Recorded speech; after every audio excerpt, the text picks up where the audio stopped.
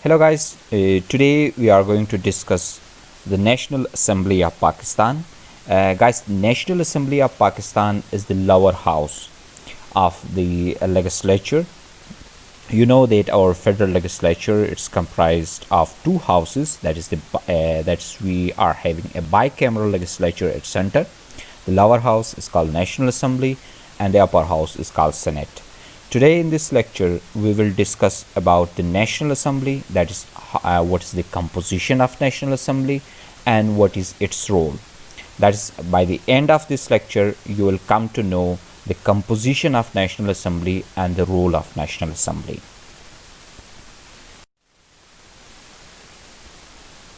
The National Assembly of Pakistan is elected for 5 years through general elections, and once the tenure is completed, the entire assembly is dissolved at once. And the total number of members in the National Assembly is 336. Before 25th Amendment, the total number was 342. Through 25th Amendment, when the FATA was merged with KPK, the number of seats were reduced and they were made 336. Out of these 336, 266 are general seats and 70 are reserve seats. General seats candidates contest elections. The different parties contest elections, and through direct elections the parties obtain those seats, while the reserve seats are distributed among different parties on their share according to their share in general seats. And these 70 reserve seats are divided between minorities and the women. Out of these 70, 10 seats are reserved for minorities and 60 seats are reserved for the women. And a political party must obtain at least 137 seats to gain majority. If a political party gains 137 general seats, then they can gain majority. So in order to make government, or in order to have got majority in National Assembly, a political party must obtain at least 137 seats. And if no party gain 137 seats, in that case the parties made coalitions with other parties to make their government. For example, the current National Assembly, no party got 137 seats.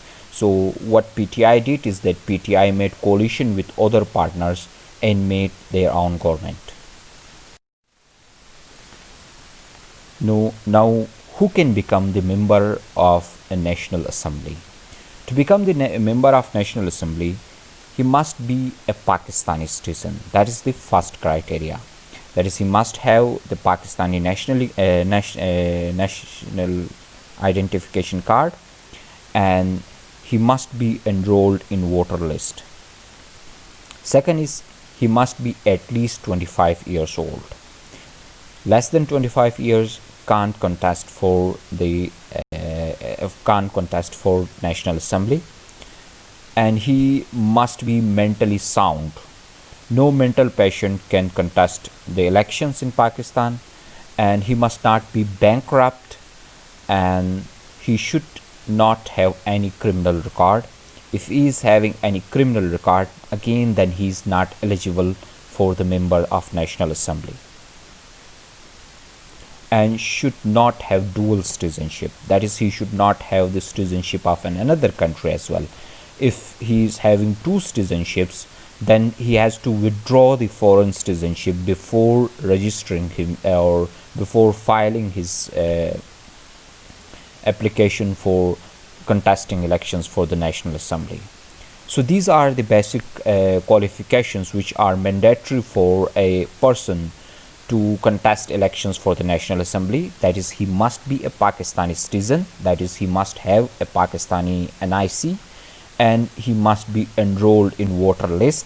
If he is not enrolled in voter list, then he cannot contest for the elections for the National Assembly, and he must obtain at least 25 years of age.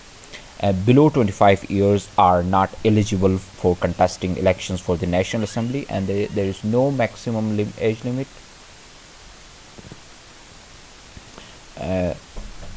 However, there is no maximum age limit, and he must not be a mental patient. That is, the mental patients are not allowed to contest elections for the National Assembly. And he must not be bankrupt and should not have any criminal record. That is, if he is found guilty in any criminal case, then again he is not eligible and should not have dual citizens. Actually, our constitution explain the qualifications and disqualifications to become the member of National Assembly. The article number 62 of the Constitution of 1973 explain the qualifications that are required to become the member of National Assembly, and the article number 63 explain those points which disqualify any person to become the member of National Assembly. Now, who is the speaker and the deputy speaker? Guys, speaker is the custodian of house. His role is to maintain the maintained house and to arrange sessions. So we can say that he is the chief of the house or the in charge of the house, and the deputy speaker is the assistant to the speaker. He performs the role of speaker when speaker is not present. Speaker is elected on the first day of the first session. The previous speaker remain in office till the new speaker is elected, right? So once the election process is completed, on the first session the speaker and deputy speaker are elected, and after that the other procedures are followed.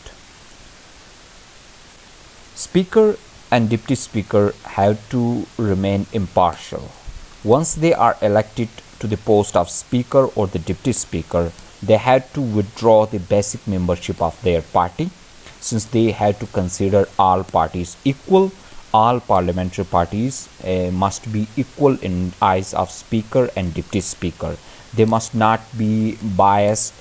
So for that purpose, they withdraw the basic membership of their party, and they are not allowed to participate in political meetings or in party meetings, right? That could harm their impartiality. And the office of speaker or deputy speaker shall become vacant if the speaker or the deputy speaker resigns, and if he ceases to be member of the assembly. That is, if he is disqualified from the membership of the assembly or on any case, then this office of speaker or the deputy speaker become vacant. And if he is removed from office by a resolution of the assembly, or of which not less than 7 days notice has been given, and which is passed by the votes of majority of the total membership of the assembly. That is, if anybody or if any member of the assembly thought that the speaker is not performing his functions, and he is biased, or he is not doing work according to the law, then he can attempt to remove speaker. The procedure for that is that he has to make a resolution, and he need to submit that resolution to the assembly, and the resolution came for debate after 3 days of submission, but not less than 7 days. So the time limit is set between 3 days and 7 days. That's between 3 days and 7 days. That resolution is debated in the assembly, and after the debate before 7 days, the members in the house are asked to vote for the resolution. If majority of the members in the house voted for the removal of the speaker or the deputy speaker, the speaker or the deputy speaker is considered to be removed. And in such case, if the resolution for removal of this assembly, that in common language that we called the resolution for no confidence, in that case they are bound to propose the next speaker that whom they want to become the speaker. And after the passage of the no confidence resolution, the man who is nominated in that resolution automatically become the speaker of the house. So guys, speaker and deputy speaker are elected in the first session just after the elections, and they have to remain impartial. Once they are elected, they have to withdraw their party membership and they are not allowed to participate in party meetings. And the speaker or the deputy speaker shall become vacant if he resigns his office or if he ceases to be a member of the assembly, and if he is removed through resolution. Now, on the next session, usually the elections are held for the head of the house or the leader of the house. The leader of the house, who is the leader of the majority party in the house, he becomes the leader of house. And in Pakistan, in National Assembly, the leader of the house becomes the prime minister. So the office of prime minister has dual functions. He has the functions in legislature as well as in executive. We will discuss the functions of prime minister in executive when we will discuss federal executive. Since today we are discussing on the legislature of the Pakistan, or the federal legislature. Here in legislature, the role of prime minister is as the role of the leader of the house, since he is leading the majority party. And the one who is leading the minority party in the house is the leader of the opposition. He has also the constitutional responsibility to criticize the government, but his criticism must not be for just the sake of criticism.